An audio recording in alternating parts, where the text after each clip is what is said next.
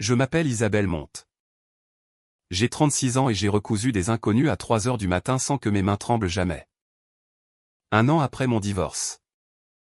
Je terminais mon service près du service de maternité de l'hôpital universitaire La Paz à Madrid. Quand ma belle-mère m'a vu près des ascenseurs. Cayetana Mendoza avait une façon de sourire qui ressemblait au bruit d'une porte qui claque. Elle s'est approchée directement, arrogante comme un dimanche à la messe. Et l'a dit suffisamment fort pour que les infirmières puissent l'entendre. Te quitter a été la meilleure décision que mon fils ait jamais prise. Maintenant il a un enfant. Magnifique avec ta meilleure amie. 6 années à être appelée la femme brisée et stérile, emballée en un seul soupir. Je ne me suis pas démonté. Je l'ai simplement regardé calmement, comme un électrocardiogramme plat, et je lui ai répondu. Est-ce vraiment ce que tu crois? 5 minutes plus tard. Un homme que ni elle ni ma meilleure amie ne s'attendait à voir a franchi cette même porte. Et le seul nom que personne ne voulait voir écrit allait être lu à voix haute au tribunal de Plaza de Castilla. Bienvenue à nouveau dans Histoire de drame tranquille. Où les femmes sereines affrontent la cruauté bruyante et où la vérité prend son temps. Mais ne rate jamais. Si la justice silencieuse est ton genre, mets-toi à l'aise. Laisse un commentaire en disant d'où tu nous écoutes et assure-toi de t'abonner. Laissez-moi revenir 5 minutes en arrière parce que le sourire est arrivé avant l'homme. C'était un jeudi, presque à la fin d'un service de 12 heures. Et je remettais les dossiers à un infirmier de nuit nommé Hugo. L'aile de maternité se trouvait à un couloir de distance du service des urgences où je travaillais. Et je l'avais traversé 100 fois sans y penser. Cayetana était là en visite. Bien sûr qu'elle y était. Valeria avait accouché 3 semaines plus tôt et tout le gratin de Majadahonda avait défilé avec. Des ballons et des plateaux de douceur. Je le savais. Je m'y étais préparé. Ce à quoi je ne m'étais pas préparé. C'était à ce que Cayetana se plante sur mon chemin comme si elle avait attendu tout l'après-midi. Elle m'a regardé de haut en bas, observant mon pyjama de bloc opératoire et mes yeux fatigués. Et a relevé le menton. C'est alors qu'elle a lâché son discours sur son fils, son petit-fils et ma meilleure amie. Hugo est resté immobile à mes côtés. Une aide-soignante qui passait a ralenti le pas et j'ai senti mon pouce chercher la fine montrant. Or à mon poignet, celle qui avait appartenu à ma grand-mère. Et pressé le cadran comme je le faisais depuis l'enfance pour surmonter quelque chose que je ne pouvais pas encore changer. Je n'ai pas élevé la voix.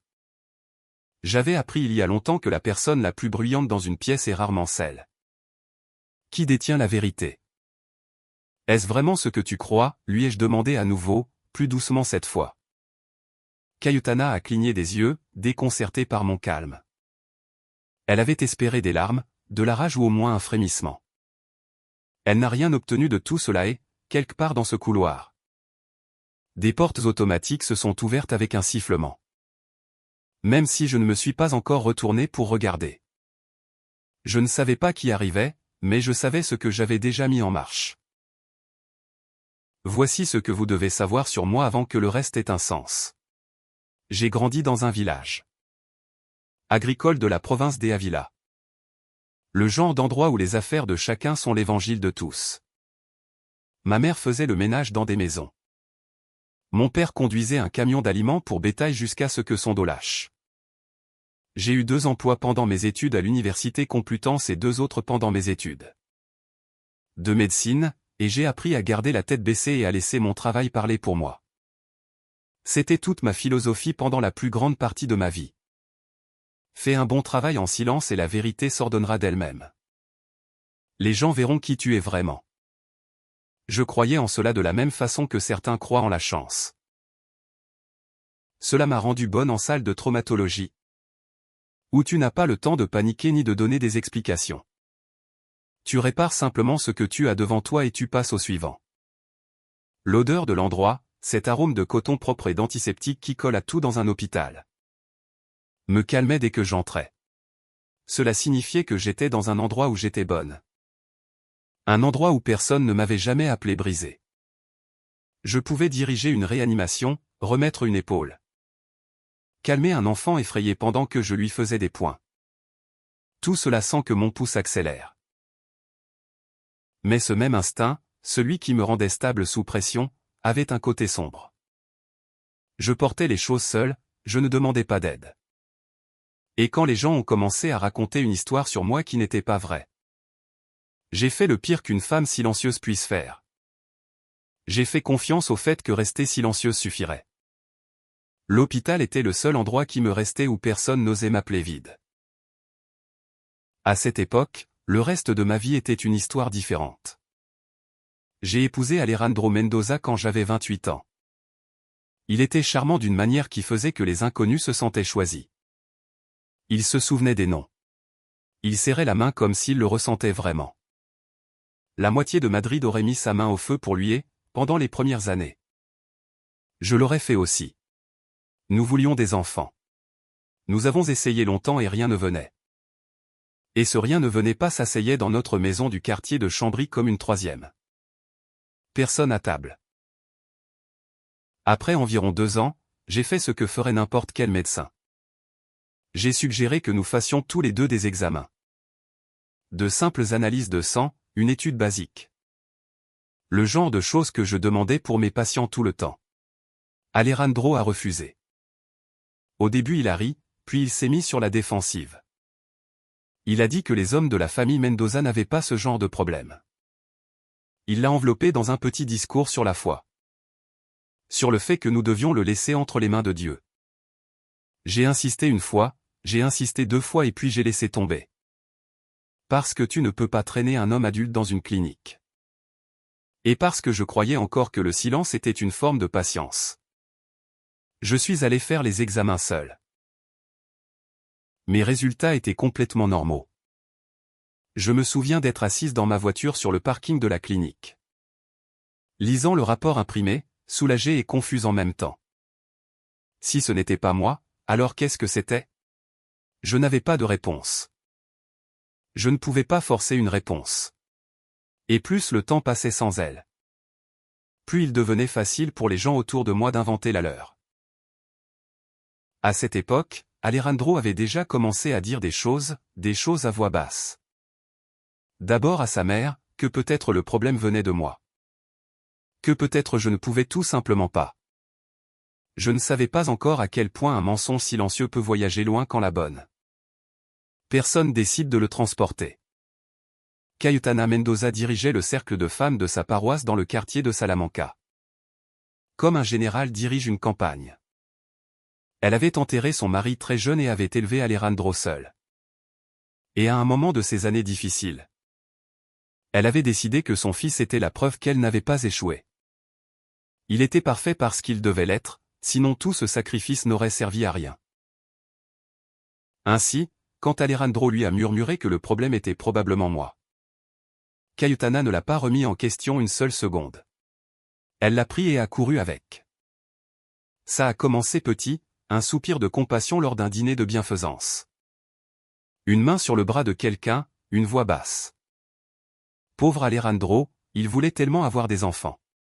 Puis ça a pris des dents. Lors d'un dîner paroissial cet automne-là, elle m'a présenté à la femme d'un important bienfaiteur de l'église avec un regard de pitié répété. Voici Isabelle, ma belle-fille. Elle est médecin. Vous savez? C'est vraiment dommage pour les enfants. La femme m'a fait un signe de tête triste et complice. Et j'ai compris que quelle que soit l'histoire qui avait été racontée sur moi, elle m'avait précédé. Je suis resté là avec ma robe élégante, tenant un canapé. Et Cayetana m'a tapoté la main comme si c'était moi qui avais besoin de réconfort. Puis elle a dit la phrase qu'elle répéterait pendant des années. La phrase qu'elle disait de la même manière que d'autres personnes disent merci. Certaines femmes ne sont tout simplement pas faites pour ça. Elle souriait en le disant. Elle y croyait. C'était la pire partie. Elle n'était pas cruelle exprès. Elle répétait ce que son fils lui avait livré, poli et précis. Et elle n'avait aucune idée que les mots étaient un mensonge habillé de sa propre voix. J'ai conduit jusqu'à la maison cette nuit-là et je n'ai rien dit à Alejandro.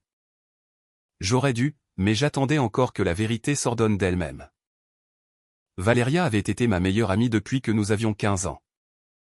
Nous nous sommes connus en cours de chimie au lycée à Avila et nous sommes restés unis malgré tout ce qui est venu après. Mon déménagement pour étudier, sa série d'emplois qui ne marchaient jamais vraiment. 2 provinces et une douzaine d'années. C'est elle que j'ai appelée quand mon père est mort. Elle était à mes côtés à mon mariage dans une robe verte et a pleuré pendant mes vœux. Ainsi, quand les commérages de la paroisse ont commencé à m'affecter, c'est sur Valéria que je me suis appuyé. Elle venait à la maison avec du vin et me laissait me défouler et savait toujours exactement quoi dire, ou du moins je le croyais.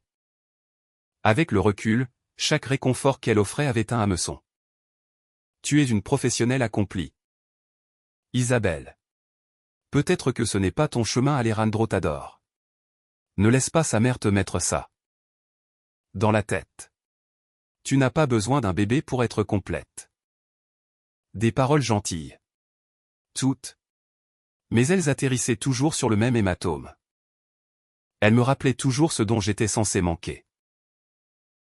Je ne m'en suis pas rendu compte à l'époque de la fréquence avec laquelle ses yeux se tournaient vers Alejandro de l'autre côté du salon ou de la façon dont elle avait commencé à savoir des choses sur ses horaires que je ne lui avais pas racontés. J'étais trop occupé à être reconnaissante d'avoir une personne qui ne semblait pas me juger. Elle s'asseyait sur le canapé de mon propre salon et me disait que je méritais mieux. Et je hochais la tête, sans penser une seconde qu'elle voulait dire qu'elle méritait ma vie. Les gens comme Valéria ne prennent pas ce qui est à toi d'un coup. Ils l'empruntent pièce par pièce jusqu'au jour où tu lèves les yeux et ça a disparu. Et ils se tiennent au milieu de tout, comme s'ils y avaient toujours appartenu. J'ai fait entièrement confiance à Valéria. C'était la deuxième erreur que je ne savais pas que je commettais. Alejandro a présenté la demande de divorce. Un mardi. Je suis rentré d'un service pour trouver une enveloppe sur le plan de travail de la cuisine et son côté de l'armoire à moitié vide. Il n'a même pas attendu de me le dire lui-même le week-end. Il avait déménagé dans l'appartement de Valéria près du Retiro et l'histoire avait déjà été écrite. Pour moi. La version qui circulait était propre et cruelle, Isabelle était froide. Isabelle était mariée à son travail. Isabelle ne pouvait pas lui donner d'enfants et un homme veut une famille, n'est-ce pas? Cayetana s'est assuré que chaque banc de l'église l'entende. Valéria, ma Valéria, n'a rien dit pour le corriger. Les deux personnes qui me connaissaient depuis le plus longtemps m'ont laissé devenir un conte moral et je ne me suis pas battu, parce que me battre ressemblait à leur donner raison. Je n'ai rien publié sur Internet. Je n'ai appelé personne pour me défendre. Je suis allé travailler le lendemain matin. J'ai remis le bras cassé d'un adolescent et je lui ai dit qu'il irait bien. Et il est allé bien. Et ça m'a paru la seule chose vraie que j'ai faite de toute la semaine. Si tu as déjà avalé un mensonge sur toi-même juste pour maintenir la paix, pour conserver une famille, une amitié, une réputation que tu as mis des années à construire, alors tu sais exactement quel goût ça a. Ça a le goût du sang que tu n'as pas le droit de cracher. Restez avec moi ici, parce que c'est là que j'ai commencé à comprendre quelque chose. La paix que je maintenais avec tant de soin n'était même pas la mienne à maintenir. Elle appartenait aux gens qui mentaient sur moi. C'était eux qui avaient besoin que je reste silencieuse. Commentez le mot « vérité » si tu as déjà été là et continue à regarder parce que le silence n'a pas duré. Je veux vous parler du jour où un tribunal médical m'a appris qu'il y a des choses pour lesquelles ça vaut la peine de faire du bruit. L'histoire a cessé d'être sur mon mariage le jour où elle est entrée dans mon hôpital. J'étais sur la liste depuis des années pour diriger le service des urgences. J'avais créé les protocoles de traumatologie avec lesquels fonctionnait maintenant la moitié de la communauté autonome. Le poste était pratiquement à moi et tout le monde le savait. Puis les murmures ont atteint le comité de direction. Pas la vérité. Il n'y avait pas de vérité à trouver, seulement sa forme. La vie personnelle de la docteure Monte est instable. Il y a des doutes sur son bon jugement. Vous êtes au courant du divorce, de ce que dit la famille de son ex-mari? Un membre du comité, un homme qui jouait au golf avec l'oncle d'Alejandro, a commencé à poser des questions incisives sur ma capacité à diriger sous stress. Comme si je n'avais pas passé une décennie à garder mon calme pendant que des gens saignaient sur mon brancard. Quand le poste a été annoncé, il est allé à quelqu'un avec la moitié de mes heures et aucun de mes protocoles. On m'a dit que j'étais une candidate forte. On m'a dit que c'était une décision difficile. On ne m'a pas dit la vraie raison, mais j'avais grandi dans un petit village. Je connaissais le son d'un verdict déguisé en compliment. C'était la nuit où quelque chose a changé en moi. Un mensonge sur mon corps m'avait coûté mon mariage et je l'avais permis parce que je pensais que le supporter était décent. Mais maintenant le même mensonge mettait la main dans le seul endroit que je n'avais jamais laissé. Personne touchée, mon travail, mon nom, pour lequel j'avais saigné. Je me suis assise dans ma voiture sur le parking de l'hôpital. De la même manière que je m'étais assise des années plus tôt, lisant mes résultats normaux. Et j'ai compris que le silence dont j'avais été si fier avait un prix. Et quelqu'un d'autre avait discrètement accumulé la facture. Un infirmier en qui j'avais confiance m'a donné le nom d'une avocate appelée Mathilde. Le cabinet de Mathilde était au-dessus d'une quincaillerie dans le quartier de Tétuan. Elle avait les lunettes de lecture remontées sur ses cheveux gris et une façon de te regarder comme si elle était déjà 3 coups en avance. Je lui ai tout raconté, le mariage, les commérages de la paroisse, le comité. Le travail que j'avais perdu. Elle a écouté sans m'interrompre, ce que les avocats font rarement.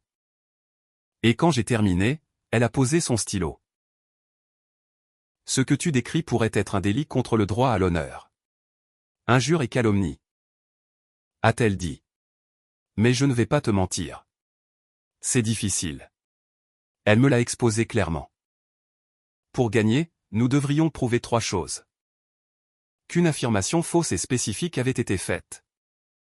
Qu'elle avait été diffusée à d'autres personnes et qu'elle m'avait causé un préjudice réel et quantifiable.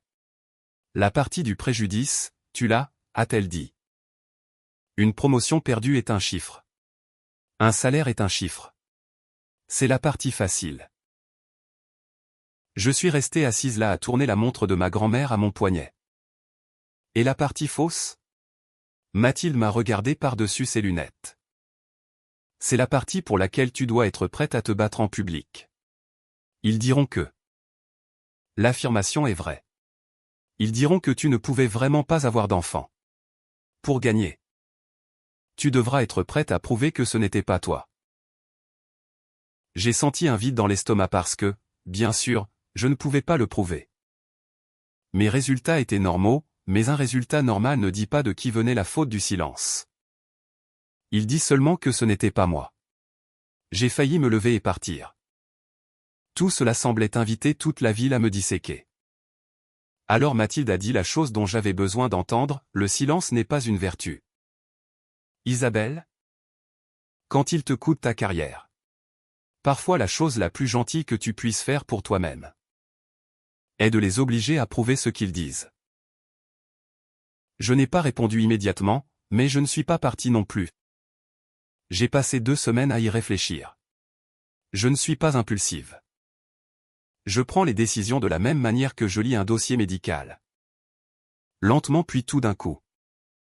J'ai écrit tout ce que je pouvais perdre, la communauté qui m'avait vu grandir. Ma position dans des cercles qui croyaient déjà le pire à moitié. La façon dont les gens parleraient, en m'appelant rancunière, en m'appelant froide. En disant que j'étais le genre de femme qui poursuivait la famille de son ex-mari par dépit. Je savais exactement comment serait cette histoire parce qu'ils en avaient déjà écrit la plus grande partie. Mais ensuite j'ai écrit l'autre colonne, mon nom, mon travail. La vérité est le simple fait que je n'avais rien fait de mal et que j'étais puni pour cela quand même. Ça revenait toujours à une chose, je ne faisais pas ça pour faire du mal à Alejandro. Si j'avais voulu lui faire du mal, j'avais eu une année entière d'occasion.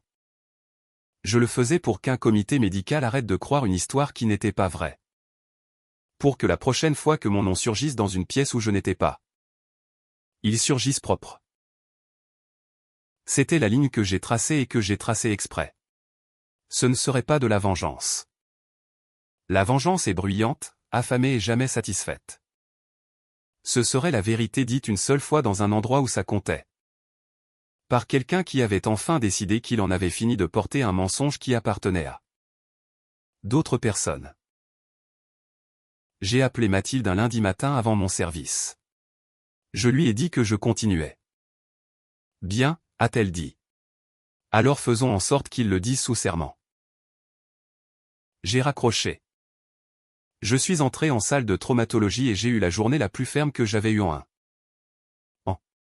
Il s'avère qu'un esprit décidé a son propre type de calme. Mathilde a rédigé la demande pendant les semaines suivantes.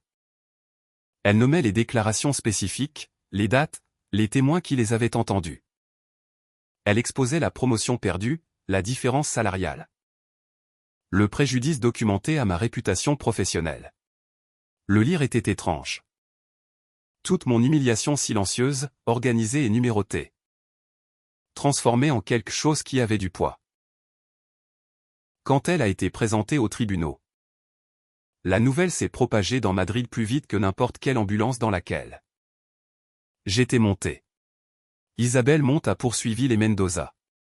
Cayetana était incandescente. Elle a dit au cercle de femmes que j'étais devenue vengeresse et que j'avais perdu la tête. Que la douleur de ma maison vide m'avait rendu cruelle. Elle s'est affirmée dans chaque mot qu'elle avait dit, ce qui, même si elle ne le savait pas, était exactement ce que Mathilde avait espéré qu'elle fasse. Alejandro est resté silencieux au début, Valeria aussi, mais j'ai commencé à recevoir des messages. Certains cruels, d'autres curieux. Quelques-uns de soutien discret de femmes à qui des personnes qui prétendaient les aimer avaient réécrit leur propre réputation. L'un disait, « Je suis vraiment contente pour toi, ils ont fait la même chose à ma sœur. » Je ne répondais à aucun d'eux. Je continuais simplement à aller travailler et je laissais l'affaire avancer à la vitesse de la justice, ce qui est la même chose que dire lentement. Mathilde m'a dit que l'étape suivante était la réponse de l'autre partie. La façon dont l'avocat d'Alejandro choisirait de défendre les déclarations donnerait forme à tout. Ils ont deux chemins, a-t-elle dit. Ils peuvent dire que les commentaires n'étaient que des opinions, des sentiments blessés. Rien de justiciable. Ce chemin est ennuyeux, mais surmontable pour eux. Elle a tapé sur le bureau avec son stylo. Où ils peuvent planter leur drapeau et dire que les déclarations étaient vraies. Que tu étais vraiment la raison. Ce chemin est celui que je prie pour qu'ils prennent. Je lui ai demandé pourquoi. Elle a souri comme une femme qui connaissait déjà la réponse. Parce qu'alors ils doivent le prouver et pour le prouver ils doivent ouvrir une porte. Ils ont pris le deuxième chemin. Bien sûr qu'ils l'ont fait. L'avocat d'Alejandro a présenté un écrit de contestation qui a planté le drapeau exactement là où Mathilde l'avait espéré. Leur défense en langage clair était que les déclarations sur moi n'étaient pas une atteinte à l'honneur du tout parce qu'elles étaient vraies. J'avais vraiment été la raison pour laquelle le mariage n'avait pas produit d'enfant. La faute, argumentait-il sur le papier, était médicale et était mienne. Quand Mathilde m'a appelé pour me le dire, j'ai pu entendre quelque chose comme de la joie sous sa voix ferme. Ils viennent de dire les mots magiques, m'a-t-elle dit. La vérité est une défense. Mais voici ce qu'ils n'ont pas bien pensé. Elle a laissé passer une seconde. Pour prouver que la déclaration est vraie. Pour prouver que tu étais la stérile. Ils devront mettre le tableau médical des deux devant un juge. Maintenant, je ne vais pas te le peindre en rose. Les dossiers reproductifs sont les documents les plus privés qui existent et aucun juge ne les livre. À la légère. Nous devrions encore convaincre le tribunal que c'est pertinent et proportionné. Mais ils viennent d'argumenter sous serment que la cause était définitivement toi. Ils ne peuvent pas faire cette affirmation et ensuite refuser de laisser quiconque le regarder chez lui. C'est la faille. Ce n'est pas une porte qui s'ouvre en grand. C'est une faille. Je peux travailler avec une faille. Je me suis assise lentement à la table de ma cuisine en lui demandant ce que cela signifiait. Mathilde m'a expliqué qu'il venait de mettre en jeu la propre fertilité d'Alejandro. Il s'était caché derrière elle pendant des années avec moi. En le jurant au tribunal, il nous avait peut-être donné la raison pour demander enfin pour lui. Sans promesse, mais c'était la meilleure opportunité que nous avions eue. Pendant 6 ans, j'avais été celle dont le corps était objet de débats lors de dîners et de commérages. Et en essayant d'en faire quelque chose d'officiel. En essayant de gagner en le disant à voix haute dans un tribunal. Les Mendoza avaient fait la seule chose qu'aucun d'eux n'avait été prêt à faire. Ils n'avaient jamais ouvert la porte pour enquêter sur Alejandro. J'ai pensé à lui refusant les examens toutes ces années auparavant. Les petits discours tranchants. La façon dont le sujet se fermait toujours d'un coup chaque fois qu'il se dirigeait vers lui. Je n'ai encore rien dit à Mathilde. Mais un fil que j'avais enterré il y a longtemps venait de bouger et je l'ai senti tirer. Cette nuit-là je n'ai pas pu dormir. Alors j'ai fait ce que je fais toujours quand quelque chose ne colle pas. J'ai repassé la chronologie dans ma tête lentement et soigneusement. Comme en lisant un vieux dossier à la recherche de ce qui t'avait échappé la première fois. Et là c'était, 7 ans plus tôt. Un matin au début du mariage où Alejandro avait conduit seul à une clinique au centre de Madrid pour ce qu'il avait appelé un bilan de routine. Il avait été absent toute la journée. Il était revenu différent, silencieux d'une façon qui n'était pas la sienne. Tranchant avec moi pour rien, et s'était servi un verre de vin avant le dîner. Ce qu'il ne faisait jamais en semaine. Je lui avais demandé si tout allait bien. Il m'avait dit que le médecin était un charlatan.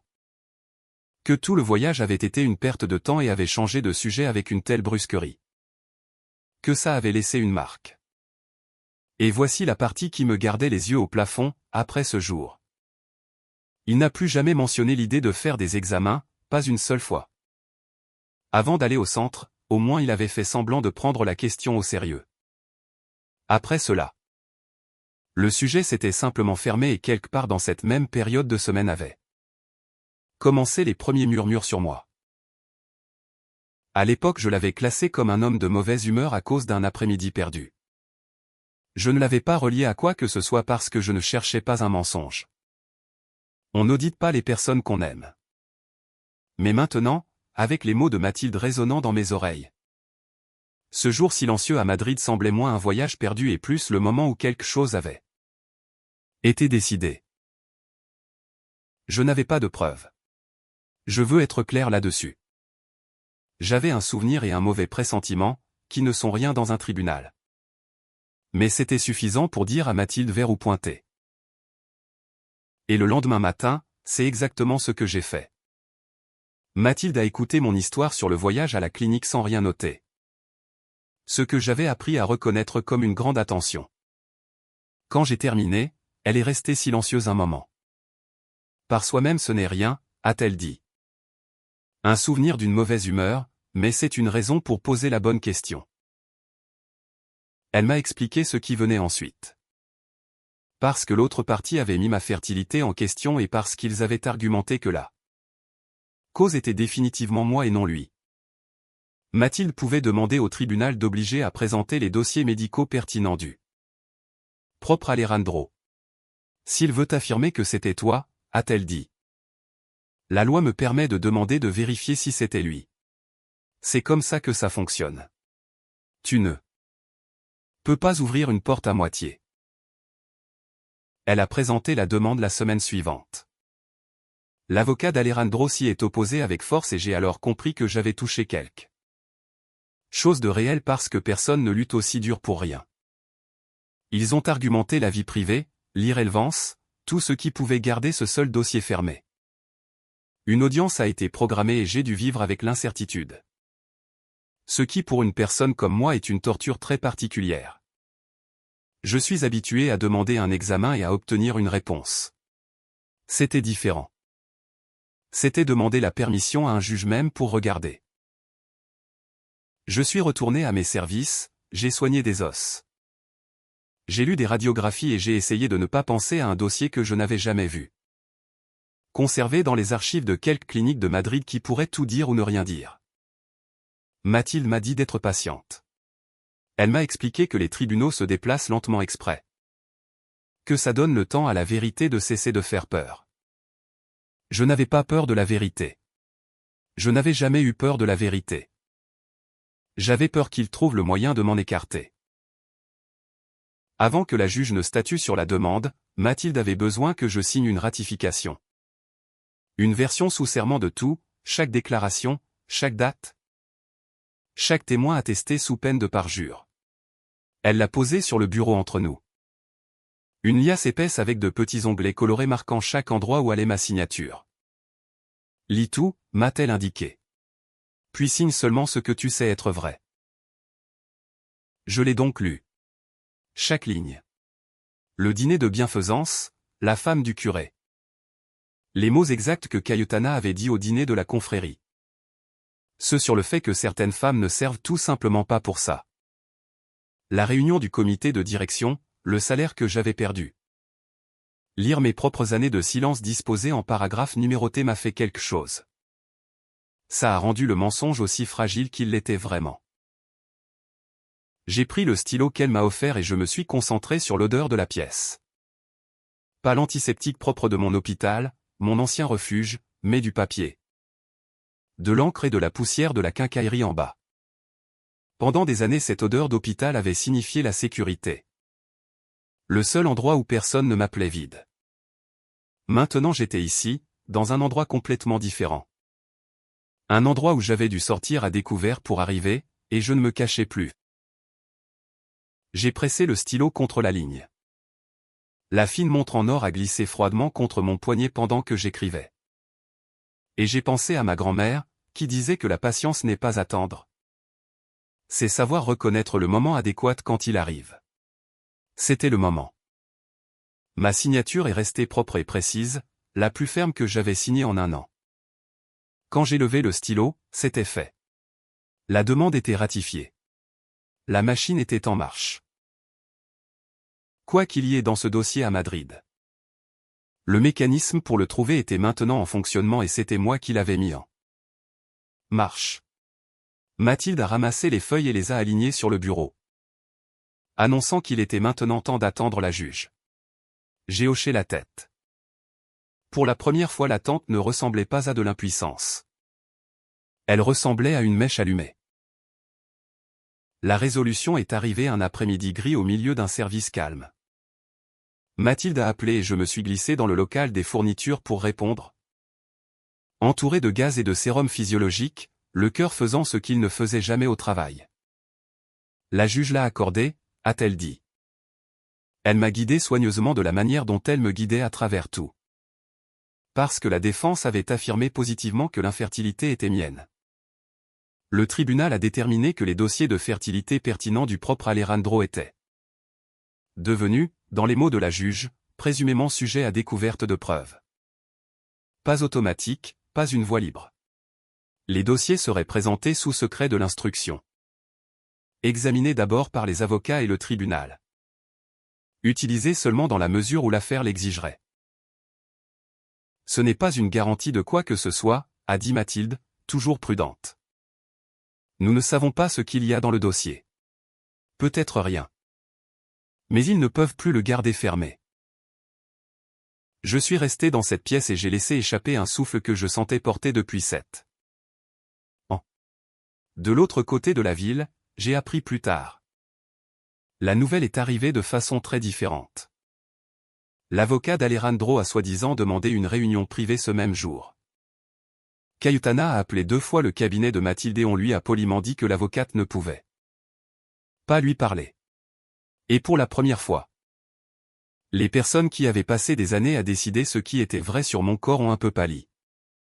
À l'idée qu'un tribunal décide ce qui était vrai sur celui d'Alejandro.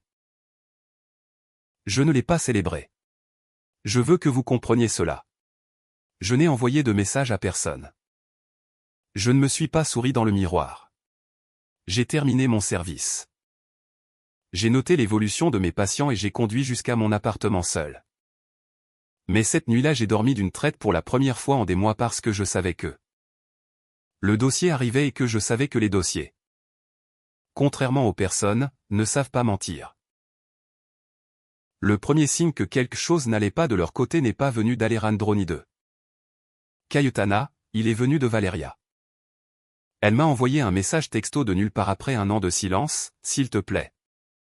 Ne fais pas ça. Pense au bébé. Je l'ai lu 3 fois. Nous n'avions pas parlé depuis le divorce. Elle était restée avec mon mari et ma vie. Et pas une seule fois elle n'avait pris contact. Et maintenant soudain elle me suppliait d'arrêter une demande qui, à première vue, n'avait rien à voir avec elle. C'était la partie qui grinçait. La demande était entre Alejandro, Cayetana et moi. Elle traitait de maudit sur mon corps, sur un travail que j'avais perdu. Pourquoi Valeria, qui avait soi-disant tout gagné, aurait-elle peur? Pourquoi une femme qui a le bébé, le mari et la maison m'écrirait-elle à moi, son ex-meilleure amie? À minuit, en me demandant de ne pas creuser plus? Les gens qui te supplient d'arrêter de creuser savent généralement qu'il y a quelque chose d'enterré. J'avais appris cela à mes dépens pendant la dernière année. Je ne lui ai pas répondu.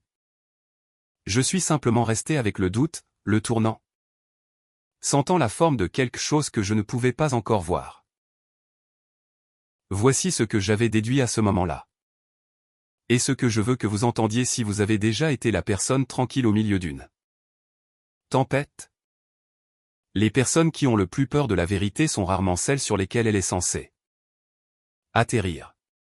Je n'étais pas en colère contre Valeria. Je ressentais de la curiosité.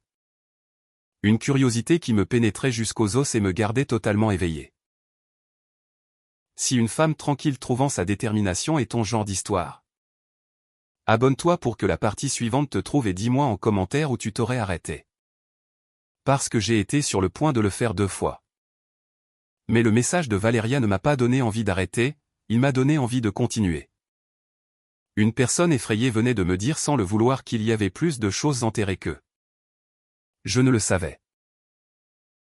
Le dossier est arrivé 8 jours plus tard. Je veux être précise sur comment, parce que ça importe.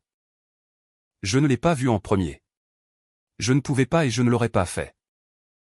Je suis médecin et il y a des dossiers que je n'ai pas le droit de toucher. Ni ceux de mon ex-mari ni ceux de personne. C'est la loi et c'est une bonne loi. Les dossiers sont arrivés à Mathilde par le canal approprié sous l'ordonnance de protection que la juge avait établie. Elle les a lus avec l'avocat de l'autre partie présent, comme cela doit fonctionner. Puis elle m'a appelé et m'a demandé de venir à son cabinet, ce qu'elle n'avait jamais fait. Je l'ai su avant de m'asseoir. Elle avait le visage de précaution que les gens mettent quand ils sont sur le point de te remettre quelque chose de très lourd. Il y a 7 ans, a-t-elle dit, Alejandro est allé dans une clinique au centre. Celle dont tu te souvenais. Elle a glissé une seule feuille vers moi, seulement la ligne qui importait. Le reste noirci sous le sceau judiciaire. Le diagnostic était un mot que j'avais écrit dans des dossiers médicaux des centaines de fois. Azoospermie, absence de spermatozoïdes mesurables. Alejandro s'était vu dire en langage clinique clair qu'il ne pouvait pas engendrer un enfant biologique. Il y a 7 ans, la même semaine où il était rentré de mauvaise humeur. Changé et avait fermé le sujet pour toujours. La même période de semaine où avaient commencé les murmures sur moi. Je suis resté très immobile. Mathilde m'a observé de la même façon qu'on observe un patient après lui avoir donné les résultats d'un scanner. Je n'ai pas pleuré et je n'ai pas crié. J'ai simplement senti que quelque chose d'énorme et silencieux se réajustait en moi. Comme un os qui retourne à son articulation. Pendant 6 ans j'avais été la défectueuse, la stérile, la honte de la famille Mendoza. Et l'homme qui avait laissé toute une ville croire cela avait su tout le temps que la maison vide était la sienne. J'ai conduit jusqu'à la maison avec cette seule feuille de papier pliée dans mon sac et je n'ai pas allumé la radio. J'espérais me sentir triomphante. Je m'y étais préparé. Ça m'inquiétait même parce que je ne voulais pas devenir une personne qui se réjouit de la ruine des autres. Mais le triomphe n'est jamais venu. Ce qui est venu à sa place était quelque chose de plus étrange et plus triste. Du deuil presque. 6 années de ma vie, je les avais passées à absorber une blessure qui n'avait jamais été la mienne. Chaque regard de pitié à la paroisse. Chaque fois que j'ai entendu que certaines femmes ne servent tout simplement pas pour ça. Chaque nuit où je suis resté éveillé à me demander ce qui n'allait pas chez moi. Ce qui avait échoué à donner, pourquoi mon corps avait soi-disant trahi le mariage. Tout cela avait été une histoire qu'Alejandro avait écrite pour couvrir une vérité qu'il ne pouvait pas affronté sur lui-même. Il m'avait livré sa honte et m'avait laissé la porter en public pendant des années et sa mère me l'avait épinglé des 2 mains. Je me suis assise dans ma voiture sur le parking devant mon appartement. De la même façon que je semble toujours finir assise dans des voitures au point d'inflexion de ma vie. Et j'ai dit quelque chose à voix haute dans le vide. La même chose que j'avais dite à Cayetana dans le couloir de l'hôpital. Est-ce vraiment ce que tu crois? Sauf que maintenant je comprenais ce que j'avais demandé tout ce temps. Je l'avais demandé à une femme qui était si sûre que j'étais brisé. Et la réponse, la vraie réponse, avait reposé dans un dossier scellé dans une clinique du centre tout ce temps. Je n'étais pas brisé, je ne l'avais jamais été. Le soulagement de cela n'est pas arrivé comme des feux d'artifice. Il est arrivé comme une longue expiration. Comme la première respiration profonde après des mois de respiration superficielle. Et en dessous une nouvelle question surgissait déjà. Une que je ne pouvais plus repousser une fois qu'elle s'était formée. Voici la question et je ne pouvais plus la défaire une fois qu'elle s'était formée. Si Alejandro ne pouvait pas engendrer un enfant il y a 7 ans, si la clinique avait raison. Si le diagnostic se maintenait. Alors l'enfant dont Cayetana s'était vanté dans ce couloir. Le fils qu'Alejandro promenait dans le service de maternité. L'enfant pour lequel il m'avait quitté pour le faire avec ma meilleure amie. Ne pouvait pas être le sien. L'arithmétique était brutale, mais assez simple. Un homme avec ce diagnostic engendre presque jamais un enfant de façon naturelle. Ce n'est pas impossible dans certains cas rares. Mais c'est étonnamment improbable sans un traitement qu'Alejandro n'avait jamais cherché. Ce qui laissait une contradiction trop grande pour l'ignorer. Ou la clinique s'était trompée catastrophiquement, ce qui arrive, mais rarement. Ou le bébé que tout le monde croyait être le fils d'Alejandro Mendoza avait été engendré par une autre personne. Je n'allais pas prétendre savoir laquelle des 2 options était la bonne. Mais je savais que c'était une question qui avait besoin d'une vraie réponse, pas d'une rumeur. Et soudain, le message de minuit de Valeria avait un sens horrible et parfait, s'il te plaît. Ne fais pas ça. Pense au bébé. Elle ne s'inquiétait pas que ma demande blesse les sentiments d'Alejandro. Elle s'inquiétait de ce qu'un tribunal rempli de dossiers médicaux pourrait révéler. Parce que Valeria savait quelque chose que les autres ne savaient pas. Elle savait de qui était vraiment le bébé. Je veux faire attention ici sur ce que j'ai fait et ce que je n'ai pas fait. Parce que pour moi il est important que je l'ai fait correctement. Je ne me suis pas mise à fouiller dans les dossiers du bébé. Je n'en avais pas le droit et je ne l'aurais pas fait. L'enfant était innocent dans tout cela et je ne lui ai jamais souhaité rien d'autre que du bien. Ce que j'avais était une contradiction en pleine vue. Créée entièrement par la propre défense des Mendoza. Ils avaient juré que l'infertilité était mienne. Les dossiers disaient qu'elle était celle d'Alejandro et un bébé en bonne santé de l'autre côté d'eux. La ville disait que quelqu'un mentait sur quelque chose de beaucoup plus grand qu'un mariage. J'ai appelé Mathilde pour lui dire que je croyais qu'il y avait plus de choses enterrées que nous ne le pensions. Elle n'a même pas fait de pause. Elle a seulement dit que nous laissions alors le tribunal le trouver. Pas nous. Le tribunal. L'homme qui était entré dans la chambre d'hôpital ce jour dont je vous ai parlé au début avait un nom, Matteo. Je ne le connaissais pas. Je l'ai su de la même façon que j'ai su tout dans cette histoire, lentement, correctement.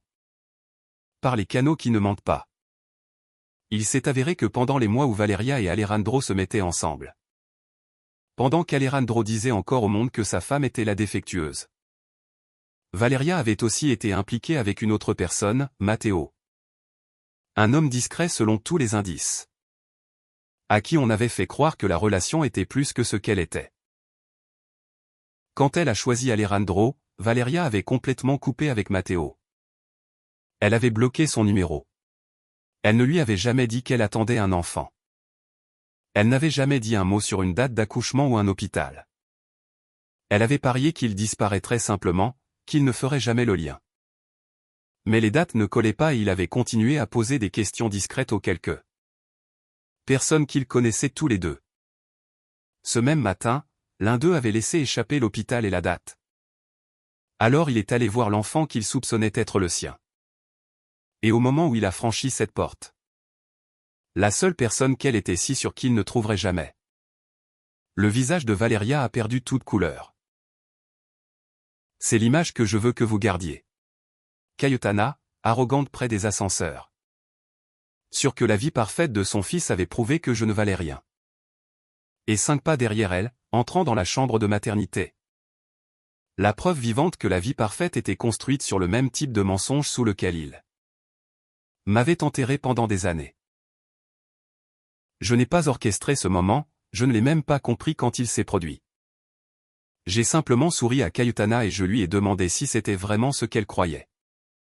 Et alors une porte s'est ouverte et un inconnu l'a franchie et tout un château de mensonges a commencé à s'effondrer silencieusement sans que je bouge un doigt. Il s'est avéré que Matteo avait des questions qu'un tribunal de famille pouvait répondre. Et dans une ville où tout le monde avait été si sûr de connaître la vérité sur mon corps. La vérité sur les corps de tous les autres était sur le point d'avoir son jour. Alejandro le savait. C'est à cela que je reviens toujours. Ce qui rend cela triste et impardonnable. Il avait su pendant 7 ans qu'il ne pouvait pas avoir d'enfant. Ainsi, quand Valeria est tombée enceinte, il a su avec une certitude absolue que le bébé n'était pas le sien et il l'a accepté quand même. Il s'est tenu devant sa mère, sa paroisse et tout son petit monde. Et les a laissés croire qu'il avait fait un enfant. L'enfant que sa première épouse, stérile, n'avait pas réussi à lui donner. Il a utilisé un enfant qui n'était pas le sien pour compléter l'histoire qui m'avait détruite. Pensez à l'audace de cela. La cruauté n'est même pas l'infidélité ou le mensonge sur mon corps. Bien que cela soit déjà assez grave. C'est qu'il a regardé un bébé qu'il savait ne pas pouvoir être le sien et y a vu avant tout un accessoire. Une preuve de sa virilité, le point final à la phrase qu'il écrivait sur moi depuis des années. J'ai essayé honnêtement de trouver de la compassion pour lui. Je ne suis pas une personne dure par nature, mais chaque fois que j'essayais de l'atteindre, je heurtais le même mur. Il avait eu 100 occasions de dire la vérité et de me laisser partir discrètement. Au lieu de cela, il avait construit un monument à un mensonge et avait placé un vrai enfant au sommet. Quand Mathilde m'a dit que l'avocat d'Alejandro s'était tu, qu'il n'y avait plus de recours ni de combat, seulement une demande pour discuter de la résolution de l'affaire, j'ai compris pourquoi. Alejandro n'avait plus peur de perdre la demande. Il avait peur de ce que la demande dirait à voix haute devant tout le monde sur le fils dont il s'était vanté. Il avait passé 7 ans à contrôler l'histoire et pour la première fois l'histoire était sur le point de lui échapper complètement. Cayetana est venue me voir avant l'audience orale. Elle s'est présentée à mon appartement un dimanche avec ses vêtements de messe et j'ai failli ne pas lui ouvrir la porte. Quand je l'ai fait, elle semblait plus vieille que dans mon souvenir. Plus petite. Elle ne s'est pas excusée. Je veux être honnête là-dessus parce que pendant un moment j'ai pensé qu'elle le ferait. Elle est restée à la porte et m'a demandé, d'une voix qui avait une fissure, de retirer la demande. Pas pour Alejandro, a-t-elle dit, pour la famille, pour le bébé, pour le nom. Et pendant qu'elle parlait, j'ai vu quelque chose que je ne m'attendais pas à voir. J'ai vu une femme à qui son propre fils avait menti pendant 7 ans. Une veuve qui avait tout misé sur un seul enfant et avait construit toute son identité autour de la certitude qu'il était bon.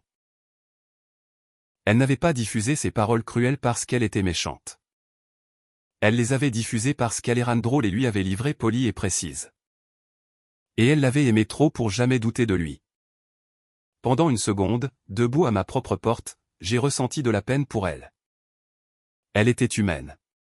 Elle aussi avait été utilisée. Mais alors elle l'a dit à nouveau, la phrase qu'elle avait portée pendant des années. Sauf que cette fois elle est sortie comme une supplique au lieu d'une proclamation. Certaines femmes ne servent tout simplement pas pour ça. Isabelle. Pourquoi traîner tout le monde dans la boue pour ça? Et j'ai compris que même maintenant, même au bord de la vérité, elle préférait protéger le mensonge que le laisser partir. La compassion n'est pas la même chose que la reddition. Je pouvais voir sa douleur et quand même refuser de porter la honte de son fils un jour de plus. Cayetana, lui ai-je dit doucement, rentrez chez vous. La boue n'a jamais été la mienne. Elle est partie sans dire un autre mot et j'ai fermé la porte et je ne me suis pas senti cruel. Je me suis senti terminé. L'avocat d'Alejandro a offert un accord, indiscret. Il paierait une somme, et mettrait une rectification privée au comité de l'hôpital. Nettoierait mon dossier professionnel si j'acceptais de tout sceller et de ne plus jamais en parler. Mathilde a laissé l'offre sur son bureau et m'a observé. Elle a expliqué que c'était un bon accord sur le papier, que je récupérerais mon nom. Que le comité entendrait la vérité et que je partirais avec tout ce que j'étais venu chercher. Elle ne se trompait pas. C'était en chiffres une victoire, tout ce que j'avais dit vouloir, ma réputation restaurée. Le travail à nouveau en jeu et tout ce que j'avais à faire était de laisser la vérité être murmurée. Dans une arrière-salle puis gardée sous clé dans un tiroir pour toujours. Pendant que Cayetana continuait à dire sa petite phrase à la paroisse et qu'Alejandro continuait à se vanter d'un fils qui n'était pas le sien. Et que l'histoire sur la médecin brisée restait à moitié vivante dans les coins de Madrid. Où les rectifications privées n'arrivent jamais. J'y ai réfléchi longtemps. Puis j'ai dit à Mathilde que non, pas par dépit. Je veux être clair parce que la différence importe. Je ne refusais pas parce que je voulais voir Alejandro brûler. J'ai refusé parce qu'une vérité privée n'était qu'une version plus silencieuse du même mensonge. Pendant 6 ans il l'avait dit sur moi à voix haute. Dans des églises et lors de dîners où tout le monde pouvait l'entendre. La correction devait vivre au même endroit. Ni un murmure, ni un tiroir scellé, la vérité dite une seule fois où elle comptait. Devant les mêmes personnes qui avaient cru le mensonge. J'ai dit à Mathilde que je n'allais pas murmurer une excuse pour une blessure qu'il m'avait livrée. Que je le dirais une fois où ça importait et puis j'en aurais fini de la porter. Mathilde a refermé son stylo et a souri. Affirmant qu'alors nous irions au procès et que je mette quelque chose avec lequel je puisse bien respirer. L'audience s'est tenue au tribunal de Plaza de Castilla un matin clair et froid. Je m'attendais à être nerveuse. J'avais dirigé 1000 arrêts cardiaques sans que mes mains tremblent. Mais cela semblait différent parce que cette fois ce qui était sur la table, c'était moi. La salle s'est remplie d'une façon qui te disait tout sur comment fonctionnent les petits cercles. 2 membres du comité de l'hôpital étaient là pour voir en quoi ils s'étaient trompés. Plusieurs femmes du cercle de la paroisse de Cayetana. Les mêmes qui avaient hoché la tête à sa pitié pendant des années. Cayetana elle-même raide au 2e rang, Alejandro à côté de son avocat. Pâle et transpirant dans un costume qui ne lui allait plus bien, et Valeria près du fond. Se tenant très immobile, avec un homme silencieux nommé Matteo assis 2 rangs derrière elle. Dont la présence on pouvait sentir sans se retourner. Je me suis assise à la table avec Mathilde et j'ai senti que toute l'architecture des 7 dernières années se réunissait dans une seule salle. Pendant 6 ans, ces personnes avaient été le public de mon humiliation. Elles avaient vu une femme être discrètement marquée et n'avaient rien dit, ou pire, l'avaient répété. Maintenant elles étaient le public de quelque chose de différent. C'était la partie sur laquelle j'avais insisté. La partie que Mathilde avait comprise. Le mensonge avait été public. La vérité devait être publique aussi, devant les mêmes yeux. Sinon elle ne défrait jamais vraiment ce qui avait été fait. Je n'étais pas là pour crier. Je l'avais décidé des semaines plus tôt. J'étais là pour laisser la vérité se tenir sous la lumière et être racontée avec des témoins en acte. Dans le seul type de salle où dire quelque chose de faux sous serment à un coup. La juge a pris place. La salle s'est tue et j'ai senti la montre de ma grand-mère froide et sûre contre mon poignet. Marquant le moment que j'avais attendu pendant 7 ans. Mathilde n'a pas élevé la voix une seule fois. C'est ce dont je me souviens le plus. Elle l'a construit de la façon dont on construit un diagnostic, une constatation à la fois. Tranquillement et sans hâte, jusqu'à ce que la conclusion soit la seule qui reste debout. Elle a établi les déclarations, les dates, les témoins. Les propres mots de Cayetana répétés lors de dîners et de groupes de prière. Que certaines femmes ne servent tout simplement pas pour ça. Elle a établi le préjudice, la promotion perdue, le salaire, le préjudice documenté à mon nom. puis elle a abordé la propre allégation de la défense selon laquelle les déclarations étaient vraies, que l'infertilité était mienne. Et a demandé à la juge de considérer les dossiers que la défense avait obligé à inclure dans l'affaire en faisant exactement cet argument. Sous ordonnance de confidentialité, seule la ligne nécessaire a été lue. Il y a 7 ans. Alejandro Mendoza avait été diagnostiqué dans une clinique de Madrid avec une condition qui rendait médicalement impossible d'engendrer un enfant biologique. La température de la salle a changé.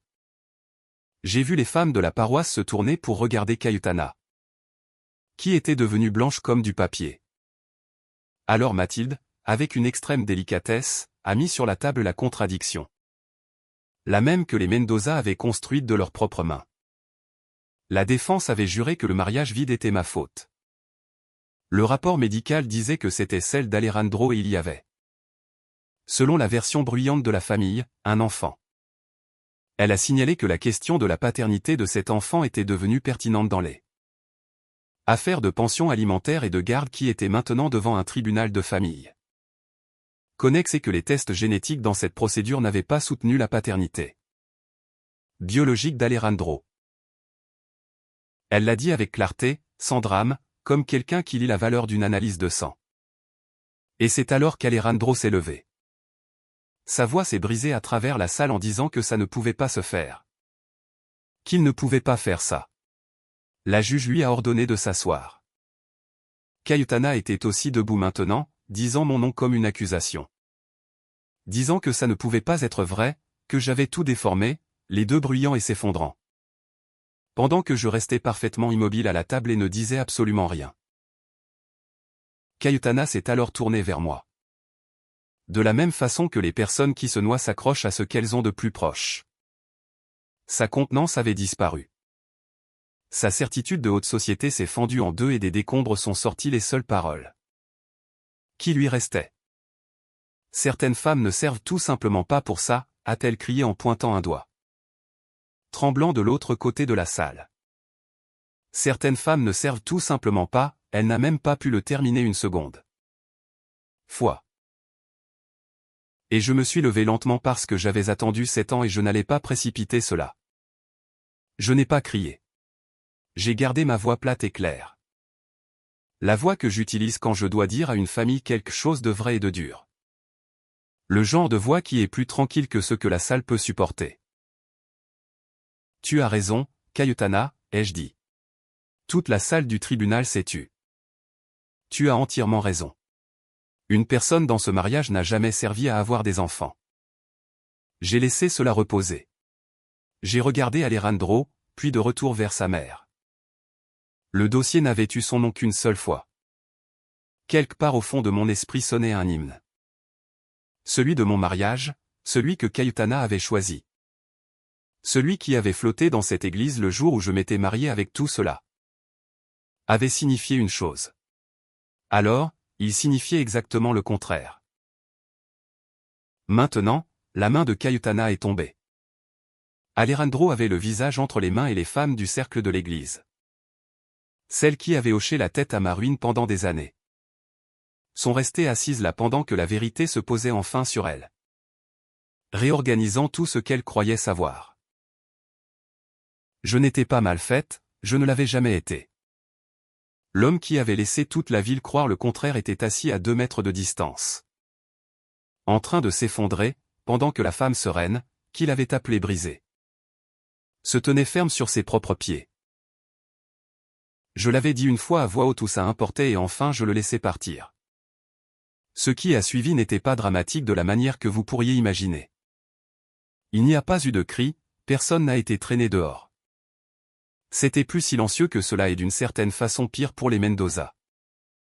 Parce que Alejandro n'a plus nié. Il ne pouvait pas. Il est resté assis la tête baissée pendant que son propre avocat demandait une suspension d'audience. Et quand la juge l'a accordé, il ne s'est pas levé. Il est simplement resté là courbé dans son costume qui ne lui allait plus bien. Un homme voyant 7 ans de compte s'effondrer en une seule matinée. Les femmes de la paroisse ont ramassé leurs manteaux et leurs sacs et sont sorties en file avec les yeux baissés. Et je savais que pour la nuit la vraie histoire se déplacerait dans Madrid aussi vite que le mensonge l'avait fait autrefois. Cayetana est sortie derrière elle, plus petite que je ne l'avais jamais vue. N'étant plus le général d'aucune campagne. Et Valeria s'était esquivée pendant la suspension. Mais pas avant que Matteo se lève de son siège 2 rangs plus loin et sorte par la même porte. La suivant de près. La question de ce bébé se dirigeait maintenant vers un endroit où elle pourrait enfin être répondue. Avec honnêteté. Je suis resté assise à la table et j'ai laissé tout se vider autour de moi. Mathilde a mis une main sur mon épaule et m'a dit que j'avais fait cela sans élever la voix. Elle m'a avoué qu'elle faisait cela depuis 30 ans et que ça me surprendrait à quel point c'est rare. Les choses tangibles sont arrivées dans les semaines suivantes, comme cela arrive habituellement. La position sociale d'Alejandro, ce qu'il avait protégé à mes dépens pendant des années, s'est simplement évaporé. Tu ne peux pas fuir un tribunal dans ces cercles sociaux. Il est parti quelques mois plus tard, il a déménagé en Andalousie. Dans un endroit où personne ne connaissait encore l'histoire. Il avait passé 7 ans à s'assurer que tout le monde croit un mensonge sur moi. À la fin, la vérité n'a pas eu besoin que je le poursuive. Elle avait seulement besoin d'être dite une fois, dans la bonne salle. Le comité de l'hôpital n'en a pas fait un spectacle, ce qui m'a convenu. Quelques semaines après l'audience, le directeur médical m'a demandé de le voir. C'était l'un des deux qui s'était assis dans cette salle et il avait le regard gêné d'un homme qui avait cru à l'incorrect et le savait. Il m'a dit que le poste de direction du service était à nouveau libre. Il m'a dit qu'ils avaient réexaminé l'affaire et avaient déterminé que les préoccupations précédentes sur mon jugement et ma stabilité manquaient de fondement. Il n'est pas allé jusqu'à demander pardon, mais il s'en est approché. Et d'un comité hospitalier, s'approcher est presque le maximum que tu puisses obtenir. J'ai accepté le poste, non parce que j'avais besoin de gagner une chose de plus, mais parce qu'il avait été le mien, construit de mes propres mains et de mes propres années. Et je n'allais pas permettre qu'un mensonge m'en écarte un jour de plus. Ma première semaine à diriger le service. Je suis entré en salle de traumatologie et j'ai respiré cette odeur de coton propre. D'antiseptique. Celle qui signifiait autrefois la sécurité parce que c'était le seul endroit où personne ne m'appelait vide. Maintenant elle sentait différent. Elle sentait un endroit que j'avais gagné et que j'avais récupéré, pas un endroit où je me cachais. J'ai dirigé ma première réanimation en tant que chef. Avec les mains les plus fermes que jamais et après, debout devant le lavabo en me lavant. Je me suis vu refléter dans le verre sombre et je n'ai pas reconnu la fatigue qui vivait autrefois. Sur mon visage. Elle avait disparu. Je veux vous dire que je me suis senti revendiqué et je l'ai été. Mais plus que cela, je me suis senti légère. Comme si j'avais porté un sac de pierre pendant 7 ans sans savoir que l'anse était juste là et que quelqu'un m'avait enfin montré que j'avais le droit de le lâcher. Les gens veulent toujours savoir ce qui est arrivé à tout le monde ensuite. Alors laissez-moi vous le raconter et puis je vous laisserai partir. Alejandro est parti. Comme je l'ai dit, la dernière chose que j'ai entendue est qu'il était quelque part dans le sud. Recommençant à zéro dans un endroit qui n'avait pas encore entendu l'histoire. Je ne lui souhaite aucun mal. Je ne lui souhaite plus grand-chose, ce qui est sa propre forme de liberté. Cayetana a perdu ce sur quoi elle avait construit toute son identité. Non parce que je le lui ai arraché, je n'ai jamais dit un mot contre elle dans cette paroisse. Mais parce que la vérité sur son fils était simplement trop grande pour la cacher dans ses cercles. Le cercle de femmes qu'elle avait gouverné pendant 30 ans a continué discrètement sans elle. J'ai entendu dire qu'elle avait arrêté d'y aller. J'ai ressenti une petite et sincère tristesse pour cela. La tristesse que tu ressens pour quelqu'un qui a choisi le mensonge jusqu'à ce qu'il lui prenne tout. Valeria et Matteo ont réglé l'affaire du bébé aux tribunaux par la voie légale. Et j'espère que pour le bien de cet enfant ils ont trouvé une certaine stabilité de l'autre côté. Cet enfant n'a rien demandé de tout cela. Valeria et moi n'avons jamais reparlé.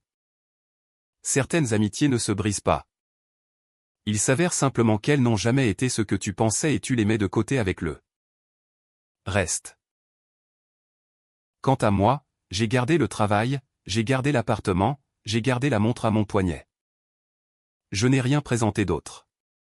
J'avais obtenu ce que j'étais venu chercher. Mon nom était propre et la vérité se tenait d'elle-même et ça suffisait. Il y a eu une dernière chose que j'ai faite et puis j'ai terminé.